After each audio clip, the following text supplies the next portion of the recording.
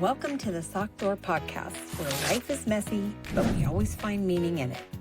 Every week, we pull out the stories, the lessons, and the hidden gems. And then we ask the big question, keep it or kick it? If you're ready for real talk, brave steps forward. Now let's meet today's guest.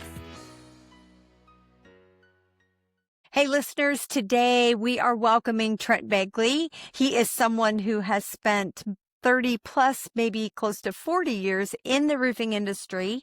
He has built a name for himself, known across the country. He's worked on both commercial and residential. He's worked with architects, consultants, and has his own team of regional tech guys that he works with.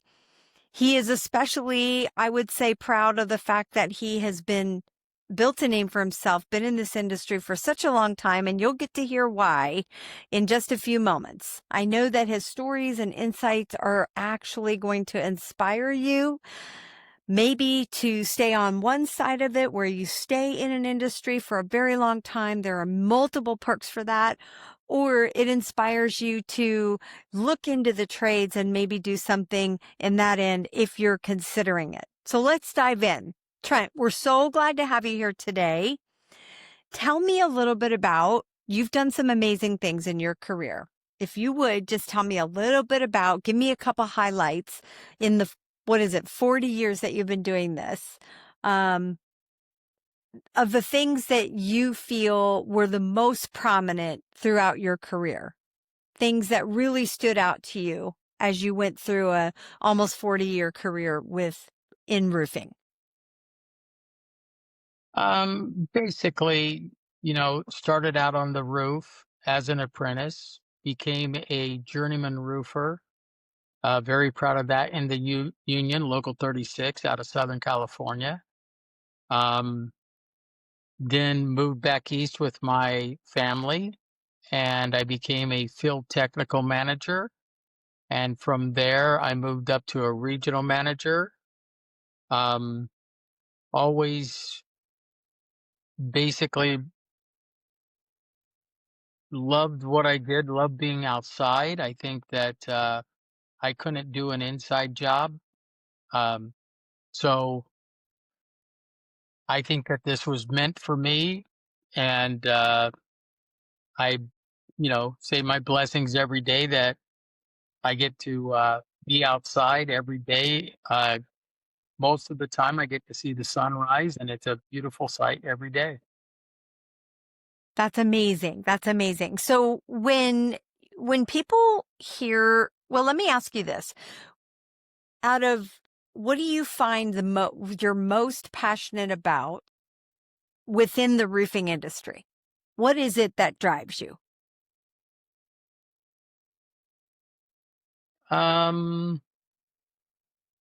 I would say with the tough jobs, coming in and trying to figure out what the best way to attack them and get them done. So the tougher the jobs are, the more specified they are, the more uh, specialties they are. I enjoy very, very much. Amazing. So is it fair to say that you're kind of someone who really likes a challenge and is presented with a challenge to overcome, that you are passionate about that and you like to exceed the expectations of that challenge? Yeah, I consider myself a problem solver. So I've always said this, I run towards problems, not away from them. So, and I want to do them in a timely fashion with honesty and integrity throughout the whole process. And I believe that that's the best way to go about a problem or an issue at hand. So when you make that decision to, one, you just said, go about it in the best way possible, how do you navigate that? What do you have a process that you follow, or is it different with every job? What would you say?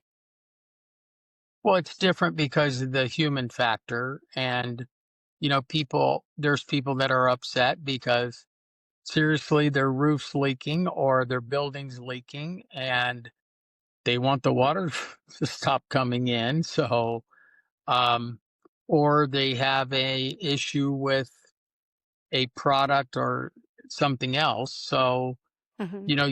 you really have to have a lot of compassion, um, and listen to each one of your clients. Each one is is an individual themselves. That makes sense. What what's part of your coming into becoming this and having the roofing industry being part of the evolution of it? What's the probably part of that journey, I guess, that most people would not know about? Um, that when you're going into any trades, you know, um, it's tough for younger men or younger women to realize that you got to pay your dues. You can't just start at the top. So I learned it and put my head down and went to work, but paid attention and studied and perfected my craft. Yeah. What would you say in the last 5 years there's a new skill that you've acquired and are excited about in your industry? Yeah, I mean, I'm not a big computer guy and I'm learning the computer, and with the help of my wonderful wife, I can always, count for her, backing me up. But I'm more of a hands-on type of guy, installing and doing that. And the computer frustrates me, but I am learning to uh, to understand it and to use it as a tool. Yeah, I would say that's a great skill to acquire. Let me ask you, in today's world of younger generation who may be looking at going into the trades versus headed off to college, what piece of advice would you offer them to help make that decision? Again, going to college really, I never did. I wish I would have. I don't know if again, it's a lot of money if you're not sure. But if you go into the trades, you're going to be working as you're going through an apprenticeship, or you're getting paid to actually learn instead of pay to learn. So Okay. there's a big plus there, and at the end of the day, you may grow to love it or you may grow to hate it. But again, the same thing with college. You may grow to love what you're doing, or you come out of college and you got a degree and you never use that degree in your field. That's just my personal opinion. So if you take yourself back to when you were facing that crossroad and you made the decision to go into the trades versus heading off to college or looking at a career path that would need college, what would you say was pivotal in you making that decision? The first thing was the paycheck. Um, it was, I mean, you work hard, but you get paid well to do a job that most people don't want to do. And Now, are you we've saying that always, in, oh, sorry, no, go go ahead. ahead. Well, I was just asking if you're Um, saying that specifically to roofing, um, or the trades as a whole in general.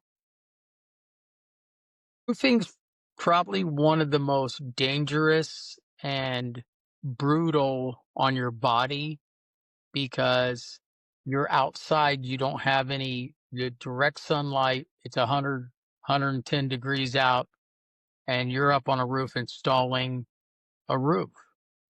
Yeah. Um, yeah, you could put up a tent, a pop-up tent and different things nowadays. When I was doing it, they never did it. But again, it's a tough, it's kind of like concrete's another one, being on your knees, finishing concrete in the middle of the summer, in the middle of the sun. There's no shade. So, and it's more, believe it or not, it's more mental, because if you keep thinking it's hot, it's this, you're never going to finish the day's task, or, what you got to get done. What do you feel helps you with your mindset and staying on the upside of things versus looking at all the negative? Because there's always pros and cons, right? There's some good, some bad in every industry, as we know. But what do you think, being in the trades and, like you said, probably one of the most brutal out there in the trades industry is roofing? What what do you think, or what could you offer our listeners as a suggestion to keep their mindset? They decided they want to go into the trades, to keep their mindset on the positive side of things in that industry. Well, I would say anybody that works for, with their back for a Yep. living. My father always said, you're going to either work with your back or your mind. You make the choice. And I chose my back, for lesser words. But as you learn and you obtain all of these pieces, and you become, I don't want to, I feel like I'm a journeyman roofer, I'm a mechanic, I'm a craftsman. You're proud of that. And then once you're that, then you move up, and there's so many other areas that you can move into, that Mhm. you're not breaking your back. You know, when I became a foreman, I didn't have, I'm instructing the crew, and I still work, but I wasn't the guy in the trash pile back there putting all the trash into the dumps. So I Right. evolved, You would say you kind of and I earned your consider, way up the ladder. right. If you can, it's like now I always say, and I saw this somewhere and I don't remember where, a good leader, they had a ladder going up and a guy was up on the ladder. A good leader is holding the ladder for his men. He's not the one crawling up the ladder. So Yeah. in my younger years, I was the first one up that ladder. And if you were slow, I would crawl over you to get up that Mm, ladder. Now I'm the guy down at the bottom holding the ladder to make sure it's secure for the men to go up, if that makes any sense.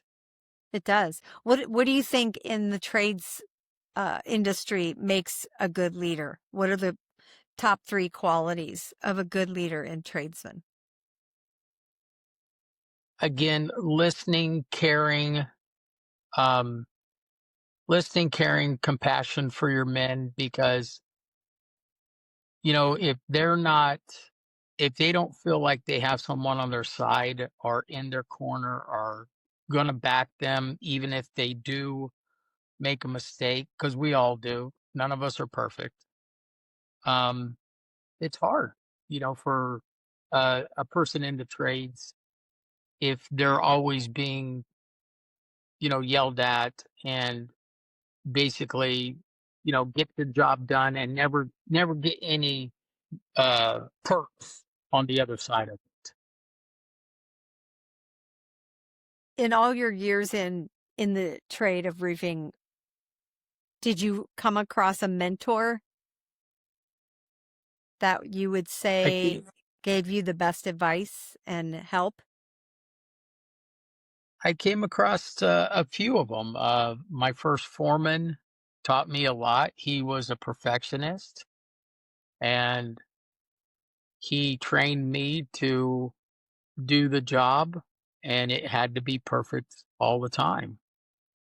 And then I had other foremans that basically they saw that I was driven, and they actually handed me the reins, and that way they could go do other stuff that they didn't want to do what I was doing. So yeah, but I had a lot of mentors that took me under their wings and helped me get where I'm at today. Love that. You're so fortunate. Not everybody has that opportunity. If you had to sum up the biggest lesson in this 40-year career, what would it be? So I'm going to go with my faith, and I learned that my faith comes first, then my family, then my work. If if my faith and my family is in line, I can give a heck of a day's worth of work. But if the first two are off by any little degree, um, I'm not I'm not as good as I should be. So that's my Love opinion. that. That's where I stand. And Love that. That's good advice. And those are great lessons. Well, let me ask you this for our listeners. What advice would you give to someone who's in the space who's at the crossroad? What advice would you give them?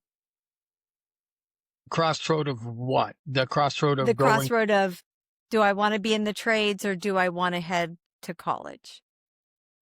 Or I don't know what I want to do. Well, so there is a shortage of tradesmen, in all the trades, whether it's HVAC, whether it's concrete, whether it's carpentry, sheet metal, roofing, you name it. There's a shortage on all of those uh, fronts. Also, and I never served. But I do believe in our military, and a lot of times that is a great place to start. You give your 4 years, you serve, and then if you go and during the military, from what I've heard, I don't have any experience with it, but what I've heard is you come out of the military with some guidance where you want to go, and then you can go to college to better that what you found, in the military or not in the military, but you're a little bit Sure. older and Mm. stuff. And wiser, So, sure. but in the So would trade, you say, yeah, in the okay. trade, yeah. So your advice Well, would in the trade, be check all, just do the research and I don't mean to put words in your mouth, but your advice would be research all avenues and consider everything that, you have options to, because there's multiple options. That would be your advice for someone to get into the trades, go to college, military? yeah, and Is that again, I really do believe in learning and continuing your education, and always I read a lot. I get a tech manual, or I get a spec sheet, or a scope of work, or I'm in hog's heaven. Yeah, awesome. Okay, so a couple of things we do here at the Sock Drawer Podcast, Trent. Thank you so much for all of that. And I'm sure our listeners have learned a lot in being able to develop and make a decision, maybe where they're headed. We do a hot seat at the end. So are you ready to just have a little fun now and give our listeners a 60-second scoop about you, and just say the first thing that pops into your head? All right. I feel like I should do a little minute timer or whatever. Are you ready? Here we but you go. might want to be careful here. Morning person or a night owl? Morning, Favorite socks, fuzzy winter, dress socks, or athlete socks? athletic, What song instantly puts a smile on your face? That's a tough one. There's all kinds. Probably Blues Brothers. I got everything I need. Okay. Almost. One habit that you swear by to keep yourself grounded every day. One habit. Praying. Okay. Love it. Something you recently let go of to be able to move forward. Anger issues. Okay. Coffee, tea, or something stronger? Coffee. If your life had a billboard right now, what would it say on the billboard? Welcome to the jungle. I love it. And where's the best place for people to connect with you?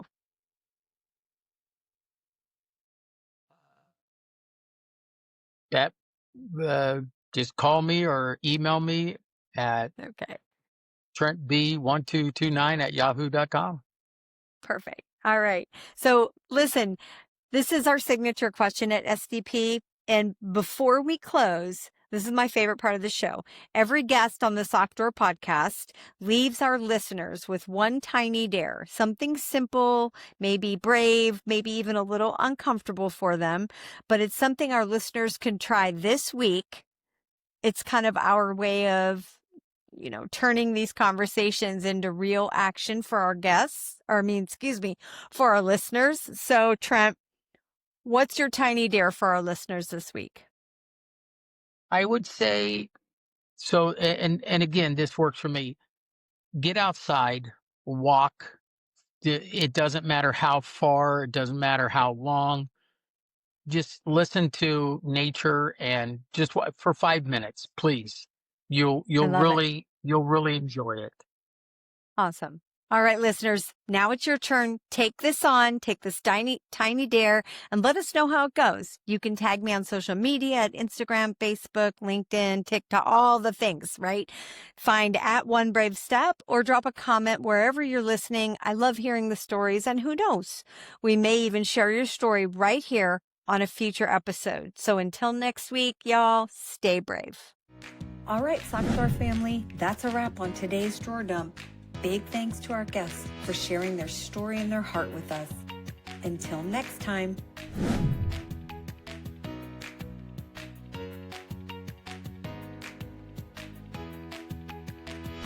Don't forget, life's too short for mismatched socks.